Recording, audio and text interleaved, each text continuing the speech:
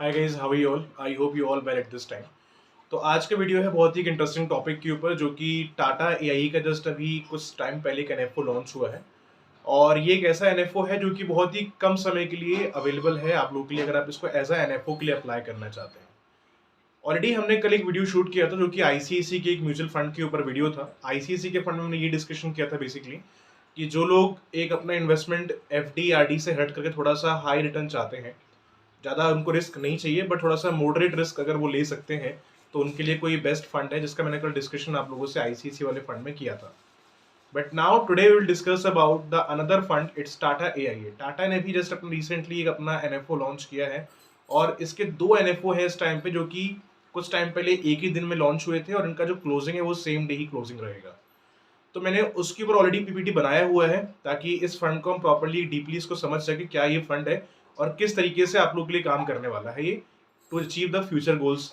सबसे पहले अगर हम इस फंड की बात करें तो ये फंड गाइस उन लोगों के लिए फायदेमंद है। मैं स्टार्टिंग बता देना चाहता हूँ, ये फंड फायदेमंद रहेगा उन लोगों के लिए जो थोड़ा सा लो रिस्क चाहते हैं या मॉडरेट रिस्क चाहते हैं।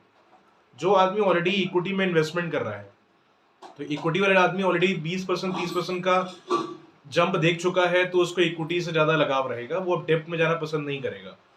ठीक है, तो डेप्ट के अंदर और जो मॉडरेट रिस्क ऑप्शन होते हैं उसमें रिटर्न ज्यादा नहीं होता है, बट हाँ एफडी आरडी से तो अच्छा ही होता है।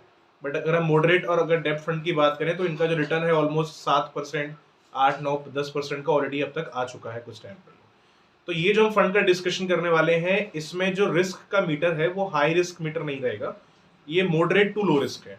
ठीक है, तो मतलब ये उन लोगों के लिए बेनिफिशियल है जो आदमी ऑलरेडी एफडी कर रहे हैं, आरडी कर रहे हैं, एलआईसी की जो एंडोमेंट पॉलिसी चला रहे हैं, या जो अदर कंपनी के एंडोमेंट पॉलिसी चला रहे हैं जहां उनको रिटर्न 5-6% का आ रहा है। तो ये स्कीम उनके मुकाबले बहुत बेनिफिशियल होगा, क्योंकि देखो अगर आप इन्वेस्टमेंट कर रहे हैं, अगर आप ज़्यादा हाई अगर रिस्क नहीं ले सकते हैं, ठीक है, या फिर आपने अगर high risk fund already purchase किया हुआ है बट आप ये चाहते हो कि आपको एक ऐसा फंड चाहिए जहाँ पे थोड़ा सा लो रिस्क ऑप्शन हो, तो ये फंड आप लोगों के लिए काफ़ी फायदेमंद होने वाला है। ये हर उस एज आदमी के लिए बेनिफिशियल है जो आज के टाइम 45-50 एज के अंदर है, या किसी की एज अभी 25-30 के आसपास है।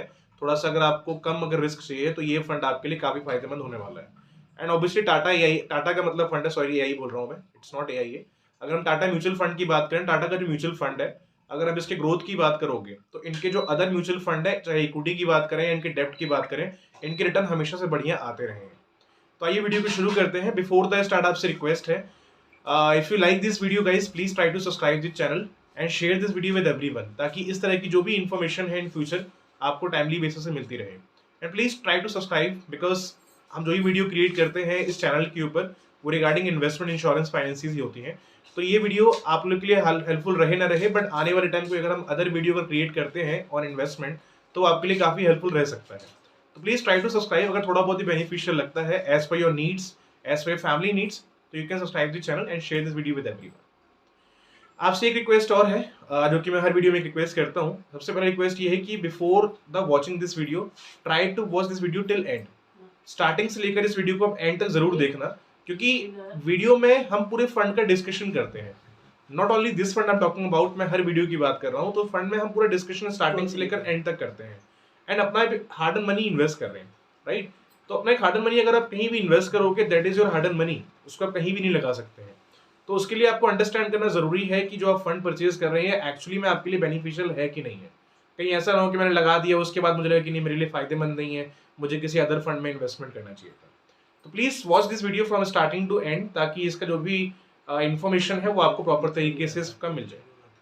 तो मैंने इस पे पीपीटी ऑलरेडी बनाया हुआ है आप लोग के लिए, ताकि हम पीपीटी के माध्यम से इसको अंडरस्टैंड कर सके क्या फंड है और किस तरीके से काम करने वाला है। तो आइए वीडियो को शुरू करते हैं। तो इस वीडियो के अंदर हम दो फंड एक ही वीडियो में कवर करने वाले हैं, जो कि टाटा की दोनों फंड है। ठीक है, जो पहला फंड है टाटा का वो है Tata fix maturity plan series 61 scheme A 91 days. मतलब ये वाला जो फंड है ये 91 डेज के लिए कम से कम होने वाला है। ठीक है, दूसरा जो इनका फंड लॉन्च हुआ है वो भी सेम इसी नेम से लॉन्च हुआ है, बट इसमें जो ड्यूरेशन है कम से कम वो 364 डेज का है। अगर हम इस फंड की बात करें, ये है टाटा का fix maturity plan series 61 section B 364 days. वो सेक्शन ए था, पहले वाला हमने डिस्कशन किया रहा जो 91 डेज वाला था, और ये जो हम डिस्कशन कर रहे हैं दूसरा वाला फंड, ये है टाटा का fix maturity plan series 61 scheme B 364 days. मतलब अगर आप जो ये स्कीम बी वाला है 364 डेज वाला, अगर आप इसमें इन्वेस्टमेंट करते हैं तो कम से कम आपको इसमें जो इन्वेस्टमेंट है आप 364 डेज के लिए कर सकते हैं। दूसरी चीज जो आपका एक 91 डेज वाला, अगर आपको और शॉर्ट टर्म पीरियड के लिए अगर इन्वेस्टमेंट करना है like 3 month 4 month something, because there are many people जो अपनी इन्वेस्टमेंट को बहुत शॉर्ट टर्म के लिए करना चाहते हैं, कुछ महीनों के लिए, जैसे 3 महीने 4 महीने, तो आई वुड से ये वाला जो फंड है 91 डेज वाला है, इसका जो दूसरा जो कैटेगरी है स्कीम ए 91 डेज वाला कैटेगरी, आप चाहें तो इसके अंदर भी इन्वेस्टमेंट कर सकते हैं। तो दोनों फंड बेसिकली एक ही नाम से जॉइंटेड है, मतलब Tata fix maturity plan series 61 ही है दोनों। सेक्शन बस थोड़ा सा इसका अलग है, एक का इसका जो स्कीम है वो है ए और एक का जो स्कीम है बी, और एक है 91 डेज के लिए और एक है 364 डेज के लिए। तो ये आप पे डिपेंड करता है कि आपकी क्या रिक्वायरमेंट्स है और किस रिक्वायरमेंट के बेसिस पे आप अपनी इन्वेस्टमेंट को करना चाहते हैं। दूसरी चीज, अगर हम इस एनएफओ की स्टार्टिंग डेट की बात करें तो ये एनएफओ ऑलरेडी 6 तारीख को लॉन्च हो चुका है। तो we are making this video today, आज 9 मार्च है, बट ये फंड ऑलरेडी 6 मार्च को लॉन्च हो चुका है एज अ एनएफओ। तो ऑलरेडी काफी लोग अप्लाई कर चुके हैं, इवन लोग इस टाइम पे अप्लाई कर भी रहे हैं। अगर हम इसके लास्ट डेट की बात करें तो इसका जो लास्ट डेट है वो रहेगा 11 मार्च, मतलब 11 मार्च के बाद आप इसको एज अ एनएफओ अप्लाई नहीं कर पाएंगे। फंड तो हम एनएफओ जब कोई लॉन्च होता है तो इवन हम एनएफओ लॉन्च हो जाने के बाद भी उन फंड्स में इन्वेस्टमेंट कर सकते हैं, जिसको हम री इन्वेस्टमेंट तरीके से कहते हैं। बट अगर एज अ एनएफओ की अगर हम बात करें तो ये जो एनएफओ है ये टिल आप ये मान के चलिए कि जो अवेलेबल रहेगा ये सिर्फ और सिर्फ आपका 11 मार्च तक अवेलेबल रहेगा। मतलब स्टार्टिंग जो इसका डेट है लॉन्च का वो है 6 मार्च, और जिसका क्लोजिंग डेट रहेगा एनएफओ का वो रहेगा 11 मार्च। दोनों ही फंड का जो डेट है ओपनिंग का सेम था एनएफओ का, और जो क्लोजिंग डेट है दोनों का सेम है। अगर हम इसमें एनईवी की बात करें तो इसमें जो एनईवी का प्राइस रहने वाला है गाइस वो 10 रुपीज का प्राइस रहेगा। जैसे कि जो मल्टीपल फंड्स एज एनएफओ जो आते हैं उनका मोस्टली प्राइस होता है वो 10 रुपीज ही होता है। तो इसके अंदर भी अगर अपनी इन्वेस्टमेंट आप करने जाएंगे तो इसका जो एनईवी का प्राइस है वो 10 रुपीज के हिसाब से रहेगा। मतलब 10 रुपए के अकॉर्डिंग आप इसमें अगर इन्वेस्टमेंट करेंगे तो 10 रुपीज के हिसाब से आपको जो यूनिट है वो एलोकेट की जाएगी। बात कर लेते हैं इसके अंदर फंड मैनेजर कौन रहने वाले हैं, बिकॉज वेरी इंपॉर्टेंट पार्ट, अगर आप कोई भी अगर इन्वेस्टमेंट करते हैं तो पोर्टफोलियो को अंडरस्टैंड करना जरूरी है। अभी हम पोर्टफोलियो डिस्कस करने वाले हैं फंड मैनेजर के पॉइंट के आगे, but before the discussing of the portfolio fund manager को अंडरस्टैंड करना बहुत जरूरी है कि इस टाइम पे इसके फंड मैनेजर्स कौन है, कौन इस टाइम पे इस फंड को मैनेज कर रहे हैं। It is very important thing, क्योंकि आप अपना पैसा किसी भी उस आदमी के हाथ में देना चाहोगे जिसके पास ऑलरेडी पहले से स्किल्स हैं या जो मार्केट में एक्सपीरियंस रखता है। आप तभी उसको पैसा दोगे जब उसके पास नॉलेज रहेगा। एंड ऑब्वियसली कंपनी ने अगर अपॉइंट किया टाटा ने किसी फंड मैनेजर को तो ऐसे ऐसे लोग को उसने अपॉइंट नहीं किया होगा। तो अगर हम फंड मैनेजर की बात करें तो वो है इस समय अखिल मित्तल, जो कि फंड मैनेजर है इस फंड के, जो इस फंड को मैनेज करते हैं। अगर आप इनके रिकॉर्ड्स चेक करना चाहते हैं डायरेक्टली गूगल पे जाकर इनका नाम सर्च कर सकते हैं, और जो भी फंड इन्होंने मैनेज किए हैं मोस्टली फंड के नाम आपके सामने आ जाएंगे। आप डेटा एक बार चेक करो क्या कितने इसके रिटर्न्स आए हैं जहां जहां इन्होंने फंड को मैनेज किया है, बिकॉज काफी हद तक फंड मैनेजर का भी रोल बहुत बड़ा होता है आपके रिटर्न्स को गेन करने में। मार्केट का तो रोल होता ही होता है, बट फंड मैनेजर का रोल बहुत बड़ा होता है, क्योंकि फंड मैनेजर पे भी कई हद तक ये डिसाइड करता है कि वो फंड मैनेजर ने पैसा किस तरीके से मैनेज किया है। क्योंकि आज के टाइम ऐसे बहुत बड़े बड़े फंड मैनेजर्स हैं मल्टीपल फंड्स के अंदर जो पिछले काफी टाइम से पैसों को मैनेज कर रहे हैं। And there are many people कि उनको उस कंपनी में पैसा लगाने का मन नहीं है, बट उनको पता है कि इस फंड को इस समय ये फंड मैनेजर मैनेज कर रहा है, इसी कारण से लोग इन्वेस्टमेंट करते हैं। I have seen lot of people like this also. Apart from this, अगर हम इसमें इन्वेस्टमेंट की बात करें तो इसका अगर फॉर एन एग्जांपल आपको वन टाइम अगर इन्वेस्टमेंट करना है, मैं दोनों फंड की बात कर रहा हूँ, फंड मैनेजर जो है दोनों फंड में सेम ही रहेंगे, ठीक है। अगर हम रिस्क मीटर की बात करें तो इस दोनों में जो रिस्क मीटर है वो मॉडरेट टू लो रिस्क रहेगा, ठीक है, दोनों फंड्स में। और जो इसमें इन्वेस्टमेंट अमाउंट रहेगा मिनिमम, अगर आप इसमें वन टाइम अपना इन्वेस्टमेंट करने जा रहे हैं तो इसका जो मिनिमम इन्वेस्टमेंट रहेगा वो 5000 रुपीज रहेगा। फॉर एन एग्जाम्पल आपको लमसम अमाउंट इन्वेस्ट करना है, राइट, तो मिनिमम आप अगर इसमें लमसम इन्वेस्ट करना चाहते हैं तो 5000 रुपीज से आप इसको शुरू कर सकते हैं। बात कर लेते हैं अब इसके पोर्टफोलियो स्ट्रैटेजीज की, कि इस तरीके अभी जो अपना पैसा आप इसमें इन्वेस्ट करने जा रहे हैं, कंपनी आपका पैसा एक्चुअली में इन्वेस्ट कहाँ कर रही है।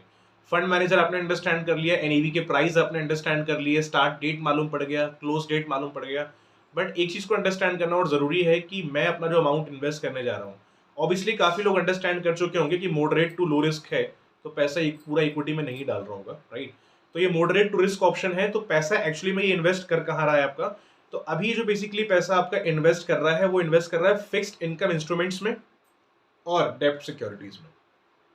तो जो भी आपने अमाउंट इसमें पे किया है अपना, आपका पैसा जो कंपनी इन्वेस्ट कर रही है आगे वो डाल रही है फिक्स्ड इनकम इंस्ट्रूमेंट्स के अंदर और डेब्ट इंस्ट्रूमेंट्स में। ठीक है, क्लियर है यहाँ तक? अपार्ट फ्रॉम दिस, अगर हम इस फंड के और भी डिस्कशन की बात करें तो इसमें देखने के लिए और भी काफी चीजें अवेलेबल है, जो कि मैं हर वीडियो में लास्ट में एक चीज आपसे बोलता हूँ कि after the watching my video, मेरे वीडियो एक तरीके से पूरा इन्फॉर्मेशन वीडियो रहता है जिस हम फंड के बारे में पूरा का पूरा इन्फॉर्मेशन डिस्कस करते हैं कि इसके अंदर क्या क्या चीज है, क्या इसका एनईवी का प्राइस है, कब तक अवेलेबल है, और क्या क्या आपको ऑप्शन इस फंड में इन फ्यूचर मिल सकते हैं। बट अगेन आपसे एक रिक्वेस्ट है कि अपने एंड से भी प्लीज अगर आप गो थ्रू करना डायरेक्टली साइट पे जा करके, इनका जो साइट का जो है यूआरएल आपको बता भी देता हूँ आपको क्या सर्च करना है। आपको जाना है गूगल पे और वहां पे सर्च करना है www.tatamutualfund.com। बस आप ये सर्च करना, ऑटोमेटिकली आपके सामने जो इनकी वेबसाइट है ऑफिशियल वो ओपन हो जाएगी और वहां पर इस फंड का पूरा डेटा आप चेक कर सकते हैं, ए से लेकर जेड तक। जो भी इसके डॉक्यूमेंट्स हैं आपको वहां पे मिल जाएंगे। उस डॉक्यूमेंट्स के माध्यम से आप इसके जो भी बेनिफिट्स हैं, जो इसका एनईवी का प्राइस मैंने बताया है, स्टार्टिंग डेट कब का है, क्लोजिंग डेट कब का है, वो सारी चीजें आपको वहां पे शो कर देगी। इवन कुछ चीजें और हैं जो शायद मैंने इस वीडियो में स्किप कर दी होगी, तो आपको सारी की सारी इन्फॉर्मेशन उस ब्रोशर के अंदर आपको मिल जाएगी। तो एक बार आप जाएं, उस ब्रोशर के ऊपर अंडरस्टैंड करें, एंड इफ यू फील कि हाँ ये आपके लिए फायदेमंद है, then you can go with this fund. Because हम जो एनएफओ की वीडियो बनाते हैं, ऑलमोस्ट हम डेली बेसिस पे कुछ ना कुछ एनएफओ पे, कुछ ना कुछ न्यू प्लान्स पे वीडियो बनाते रहते हैं। आई एम श्योर अगर हम 10 फंड पे बनाते हैं वीडियो एक महीने में, तो 10 के 10 आप फंड परचेज नहीं करोगे। जो फंड आपके लिए एक बेनिफिशियल है आप उसी में इन्वेस्टमेंट करोगे अपनी, राइट? तो ऐसा नहीं कि अगर मैं ये वीडियो आज देख रहा हूँ तो मुझे इन्वेस्टमेंट आज ही करना है और इसी फंड में करना है, ऐसा कुछ नहीं है। आदमी नॉलेज के लिए चीजों को देखता है। इसका मतलब ये नहीं कि अगर मैं आज देख रहा हूँ तो मुझे इन्वेस्टमेंट आज ही करना होगा। हो सकता है मुझे 1 साल के बाद करना है, हो सकता है मैं आज स्टूडेंट हूँ बट कुछ टाइम के बाद इन्वेस्टमेंट करना चाहूंगा। तो नॉलेज लेना कोई गलत नहीं है किसी फंड के बारे में। तो राइट नाउ अगर हम इस फंड में इन्वेस्टमेंट करने जा रहे हैं तो आपसे एक रिकमेंडेशन है, आप गूगल पे जाएं एंड प्लीज सर्च www.tatamutualfund.com, जहां पर आपको इसके बारे में जो पूरा का पूरा इन्फॉर्मेशन है वो आपको मिल जाएगा। आपको एक चीज और बता दूं मैं इसमें, जब इसको अप्लाई करेंगे कोशिश ये करना कि थोड़ा सा इसको थोड़ा अर्ली अप्लाई करें अगर आपको इस फंड में जाना है तो। बिकॉज एनएफओ में थोड़ा सा आपको ट्राई ये करना चाहिए कि थोड़ा सा आप अर्ली इन्वेस्टमेंट करें, तो इवन आपके लिए ज्यादातर फायदेमंद रहता है।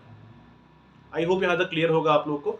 दूसरी चीज, अगर हम इसमें इंस्ट्रूमेंट्स की बात करें तो इंस्ट्रूमेंट काफी बेटर है। ये इंस्ट्रूमेंट उनके लिए काफी अच्छे होने वाले हैं जो लोग ऑलरेडी पीपीएफ, एफडी, आरडी में अपना इन्वेस्टमेंट कर रहे हैं। इक्विटी वालों को शायद इतना मजा नहीं आएगा, बट ऐसा नहीं है कि किसी को मजा नहीं आएगा। ऐसे भी आज की डेट में लोग हैं जो अपना इन्वेस्टमेंट इक्विटी में करते हैं और इक्विटी के अलावा अपने रिस्क को बैलेंस करना चाहते हैं। पूरा पैसा भी इक्विटी में लगा देना समझदारी नहीं होती है आज के डेट में, राइट? तो अपना कुछ पैसा जो लोग इक्विटी में लगा चुके हैं बट अब वो चाह रहे हैं कि थोड़ा सा हमें लो रिस्क चाहिए है या मॉडरेट रिस्क चाहिए है, तो उनके लिए ये फंड आज के डेट में काफी फायदेमंद होने वाला है। ये स्कीम उनके लिए भी काफी बेनिफिशियल है जो आपके घर में आपके पेरेंट्स हैं या जो इतना मार्केट में इंटरेस्ट नहीं रखते हैं, राइट? वो अपना एफडी, आरडी में इन्वेस्टमेंट कर रहे हैं, तो आप उनको ये चीज रिकमेंड कर सकते हैं क्योंकि ये फंड थोड़ा एफडी, आरडी से रिटर्न अच्छा ही दे सकता है। रिस्क है but moderate to low risk इसमें ऑप्शन है, ठीक है? तो ये चीज इसके अंदर है। बाकी अपना जो अमाउंट आप डाल रहे हैं एक तरीके अच्छे सेक्टर में ही इन्वेस्ट हो रहा है। अभी जो इसमें इंस्ट्रूमेंट है मैंने जैसे बताया, इसमें आपका डेब्ट सिक्योरिटीज है एंड फिक्स्ड इनकम इंस्ट्रूमेंट्स है। जो पैसा डाल रहे हैं वो आपका पैसा यहाँ पर इन्वेस्ट कर रहे हैं एंड जो भी ग्रोथ बन रहे हैं वो ग्रोथ आपके फंड में वो ऐड करते जा रहे हैं, ठीक है? तो आई होप ये वीडियो आप लोग के लिए क्लियर होगा। बट फिर भी कोई डाउट एंड क्वेरीज अगर आपको रहते हैं इस फंड के regarding guys, you please raise your question in the comment box. I will try to give the answer as soon as possible of your question guys. Again I am repeating, website पे एक बार आप जाकर इसको go through कर लीजिएगा। एक बार अपने profile के हिसाब से एक बार ऐसे चेक कर लो कि क्या कितना आपको इसमें अमाउंट डालना चाहिए, कितने आपको, मतलब ऑब्वियसली लॉन्ग टर्म या शॉर्ट टर्म के लिए आप इन्वेस्टमेंट करें तो अमाउंट पहले डिसाइड करोगे ना कि मुझे कितना अमाउंट इसमें डालना है। तो try to go with that amount जो आपके लिए कंफर्टेबल है, ठीक है? और दूसरी चीज, ये हमने जो फंड का डिस्कशन किया टाटा का, हमने दोनों इसमें कवर कर लिए हैं। जो पहला वाला था टाटा का fix maturity plan series 61 scheme A 91 days वाला भी कवर हमने कर लिया है, ठीक है? जो ऑलमोस्ट एनईवी का प्राइस दोनों में सेम ही रहेगा, फंड मैनेजर सेम ही है, रिस्क मीटर भी दोनों के अंदर सेम ही है, स्टार्टिंग डेट जो एनएफओ का वो सेम ही है, लास्ट डेट भी जो एनएफओ का वो सेम ही है। तो ऑलमोस्ट चीजें इसमें सेम ही है, बट एक में डिफरेंस है कि एक कम से कम आप 91 डेज के लिए कर सकते हैं और एक कम से कम आप 364 डेज के लिए आप कर सकते हैं गाइस, ठीक है? बट फिर भी इन दोनों फंड्स पे कोई आपको डाउट एंड क्वेरी अगर रहते हैं, अपना क्वेश्चन प्लीज अपना आप रेज करना मेरे कमेंट बॉक्स में। I will try to give the answer as soon as possible of your question guys, ठीक है? तो मिलते हैं नेक्स्ट वीडियो के अंदर गाइस, एंड जब तक के लिए have a nice day. Thank you.